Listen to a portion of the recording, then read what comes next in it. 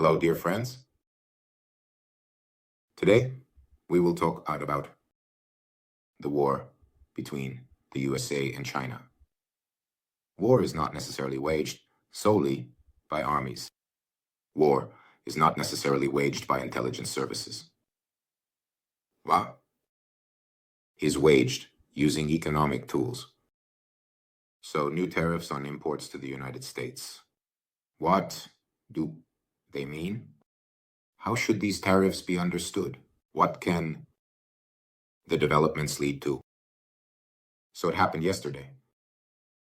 I spent about 4 hours in discussions on this topic, and here are the thoughts that I managed to come to.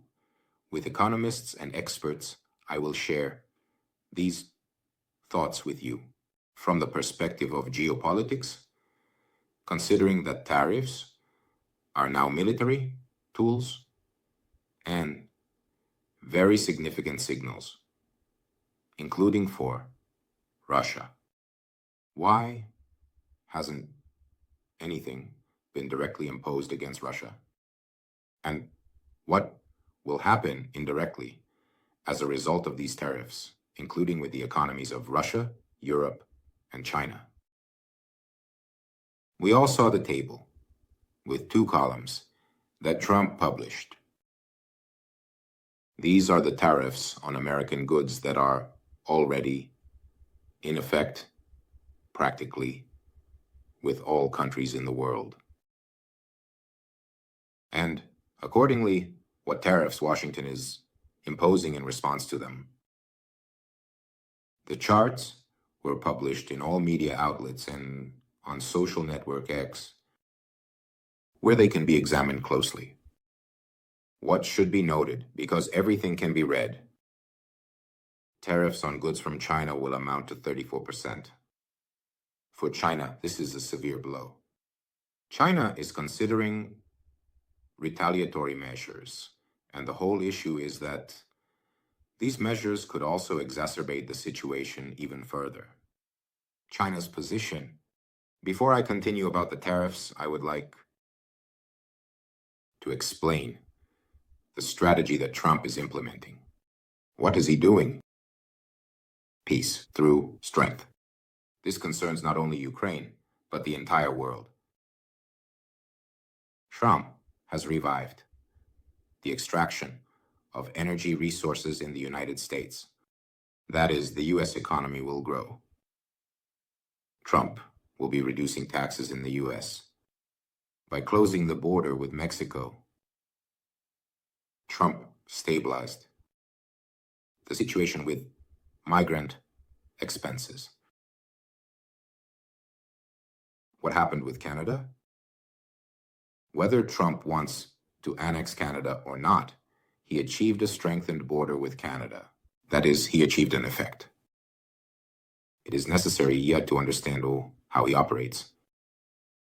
For him, the main big result, he can declare one result, for example, the annexation of Canada. In the end, he still achieves a result, as he needed the border to be strengthened. Canada spent a huge budget on this strengthening, so in fact he gets what he needs. The same situation applies to Greenland. Regarding the increase of contingents and control over Greenland, military to prevent the penetration of Russia and China. We all saw Putin on the Northern Fleet. This was also a signal from Putin to Trump. What did Trump need exactly? Strengthening or weakening the defense capability of the Western Bloc? Let's look at the results. As a result of his statement about the US leaving Europe and focusing on East Asia and Southeast Asia, we see a sharp increase in defense spending by all European Union countries. So he got strengthening, militarization. Again, he achieved the result. The fact is, we should consider his actions not from the perspective of the results needed by Iran. For example, Georgia, Armenia, Ukraine, or Moldova. From the perspective of the USA, it's key to grasp where it is heading the geopolitical train of modern times. So 34%. Let's move on to goods from China. The effects that Trump might achieve from this, which he wants to achieve, are the industrialization, reindustrialization of the United States, jobs, tax reduction, business development, and further reduction in oil prices. Trump still has tariffs up his sleeve against countries that buy Russian oil, and Russia relies on purchases from India and China. If Trump imposes them, the incentive for China and India to buy Russian oil disappears. Russia cannot sustain itself on Vietnam, Slovakia, and Hungary alone. And everything that is happening now directly impacts Russia. And yet tariffs against Russia have not been directly imposed. So 34% is for China, a catastrophe. And it turns out that everything that is imposed, China against America, hits China itself. But China is very powerful and very strong. This must be taken into account. EU countries, 20%. Of course, this will lead to a deterioration of the economy, the economic condition of the European Union countries, and an increase in their manageability, including internal consultation manageability from the United States. What do Trump and the United States need? To increase Europe's manageability in terms of interaction. Switzerland, 31%. Very high tariffs. This won't destroy Switzerland, but there are reasons for this. Financial instruments that are concentrated in Switzerland. The reduction of their role. 17% for Israel. This significantly complicates the situation for Israel, but the substantial amounts of aid that Israel receives from the USA can mitigate this problem. In Kazakhstan, 20. This is a very high percentage for Kazakhstan, incredibly high. And of course, it is a way, obviously, to influence Kazakhstan's departure from under Russia and China. Is this possible? Or will it lead to an even greater integration of Kazakhstan into the orbit of Russia and China? We will see this. If China and Russia currently have the resources for this, but the situation will be complicated. Vietnam, 46%, Cambodia, 49%, Laos, an ally of China, 48%. These are exceptionally high tariffs. What about the United Kingdom, Brazil, Argentina, the Emirates, Ukraine? The rate remains at 10%. Russia is not mentioned, but everything that happens directly affects Russia. It affects the assistance provided by China. And the drop in oil prices? And the next planned steps reduce Russia's potential for economic growth and, consequently, reduce the capability of the Russian armed forces and their funding. Trump called his decision a historic decree. Is it really so? Undoubtedly. The fact is, by establishing such reciprocal tariffs, such a level, that is, by responding to them, it turns out, in fact, the entire geopolitical map of the world is changing. He explains it with the words, "What they do to us, we will do to them." Trump seeks to further strengthen America's role, but he is the American president. He is not the president of France. He is not the president of Ukraine, nor is he the prime minister of Armenia. These are the realities that have to be dealt with. At the same time, it is necessary to consider the entire spectrum. Meanwhile, the USA approves the sale of 20 modern multi-role fighters to the Philippines, F-16, Block 70, Flash 72, and a full package, armament with equipment and training. This is practically $6 billion. This is very serious what we are talking about. The conflict with China is intensifying. This is a continuation of the conflict. Regarding Poland, despite all misunderstandings and disagreements, there will be an enhancement of Poland's military potential. This includes air defense. This includes the deployment of additional military units. That is to say, it continues. Further, the wheel of a larger military conflict. There is a statement from Polish experts that this year, Russia might attack Poland. Poland is preparing. And now, once again, why everything that is happening will directly impact Russia. We remember that China is Russia's main trading partner. We remember that the trade turnover is $300 billion between China and Russia. And we remember that China's share in Russia's foreign trade reached 37.5%. And what was it before 2022, before the invasion of Ukraine? It was 20, and now it's almost twice as much. What kind of exports to China are happening? Oil and gas, I'll say right away. If Trump imposes tariffs, and he already has a similar concept ready in case Russia does not listen to him, against both China and Russia, buying oil and gas becomes pointless, as they are purchased for 180, 190 billion. Even a tariff won't cover even those tariffs that will have to be paid, and those fines, and those economic restrictions. The entire meaning is lost. What else? Coal, metal, and food. This is not enough to keep the Russian economy afloat and continue the war. And not just the war, but also the financing of the military-industrial complex. What does Russia import from China? Well, electronics, obviously cars, household appliances, equipment. How will this be affected? Insignificantly. We know that Russia has long switched almost entirely to transactions in yuan with China. But 92%, 92.92% of trade occurs in yuan and rubles. Will a tariff against China affect this? Of course. And the yuan will already be different.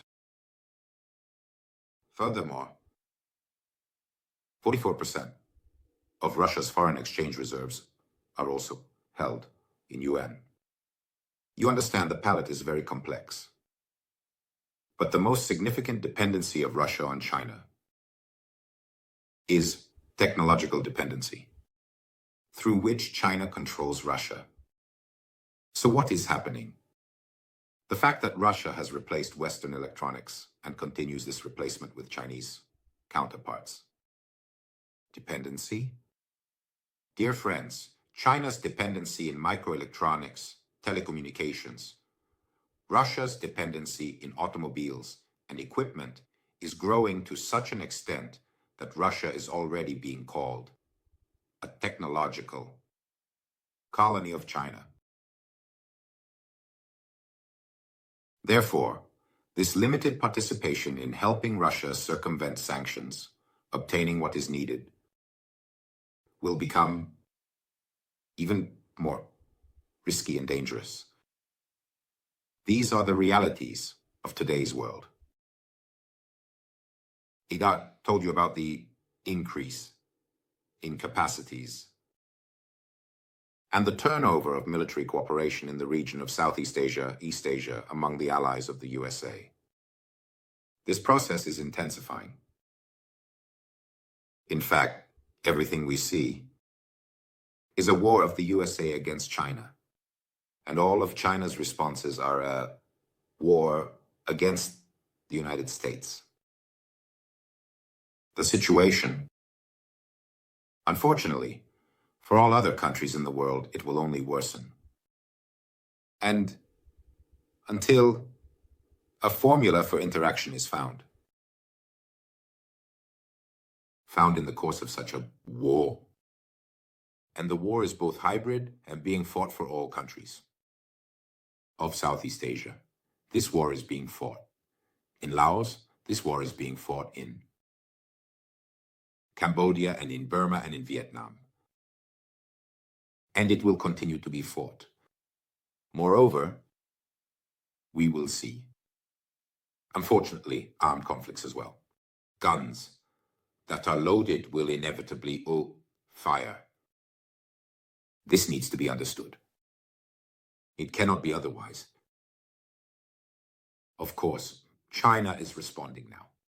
Of course, it is implementing countermeasures. But I already mentioned that they might hit China even harder than the United States. And in China, they understand this too.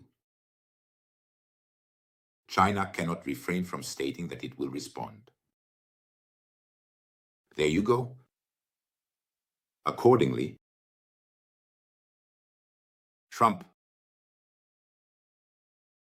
China has already declared war with its actions. A serious situation, a complicated situation. So, what I would like to point out, furthermore, for those who are not paying attention, I mentioned the figure of 34%. Tariffs on China. And only analysts know that this figure will be added to the existing tariffs. The devil is in the details. And you know what the size of these tariffs will be. 54%. 54%, which is essentially a casus belli in process, meaning not just a cause for war, but when a cause for war becomes an actual war. After all, the trade war has been ongoing since 1918. This is not a phenomenon of today. And Trump has never hidden, dear friends, that China is the main adversary. Va is evident in actions, not in press statements. Look, just as a quick example, at the statement by the USA, prohibiting its officials in China from engaging in relations with Chinese citizens. This is what is being written about on American websites. This is very serious. Such measures